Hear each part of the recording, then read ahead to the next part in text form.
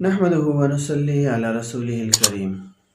ایک ساتھی کا سوال ہے کہ مصنوعی ہاتھ یا پاؤں لگانے والا شخص وضو کس طرح کرے گا؟ کیا مصنوعی ہاتھ پاؤں دھونا ضروری ہے یا نہیں؟ الجواب حامداً و مسلیاً اما بعد۔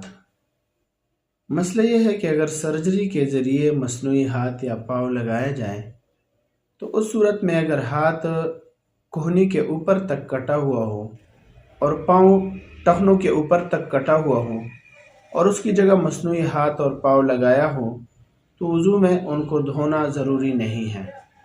اگر ہاتھ کہنی کے اوپر تک کٹا ہوا نہ ہو اور پاؤں ٹخنوں کے اوپر تک کٹا ہوا نہ ہو بلکہ نیچے سے کٹا ہوا ہو تو اس صورت میں اگر مصنوعی ہاتھ یا پاؤں کو آسانی سے نکال کر دوبارہ لگانا ممکن ہو اور وہ خراب نہ ہوتا ہو تو ان کو نکال کر اصل پاؤں اور ہاتھ کا جتنا حصہ وضو میں دھونا فرض ہے اس کو دھونا ضروری ہے، اور اگر اس کو کھولنا اور الگ کرنا ممکن نہیں ہے، یعنی مصنوعی عضو کو اصل جسم کے ساتھ سرجری کے ذریعے اس طرح جوڑ دیا گیا ہو کہ مصنوعی عضو کو علیحدہ کرنا ممکن نہ ہو، تو اس کے اوپر سے اس کو دھونا کافی ہوگا۔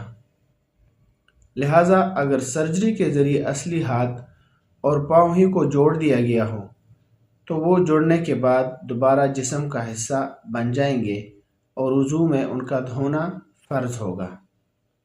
جیسے کہ شامی میں لکھا ہے وَيَجِبُ أَن يَفْرِزَ غسل كل ما يمكن من البدن بلا جرح مرة كأذن وسرة وشارب وحاجب إلى آخره۔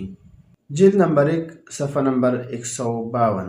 اور دوسرا حوالہ ہے البحر الرائق کا، جلد نمبر 1 صفحہ نمبر 48، اور اسی طرح فتاوی علمگیری کے اندر جلد نمبر 1 صفحہ نمبر 5 پہ وَمَا عَلَيْنَا إِلَّا الْبَلَاغُ۔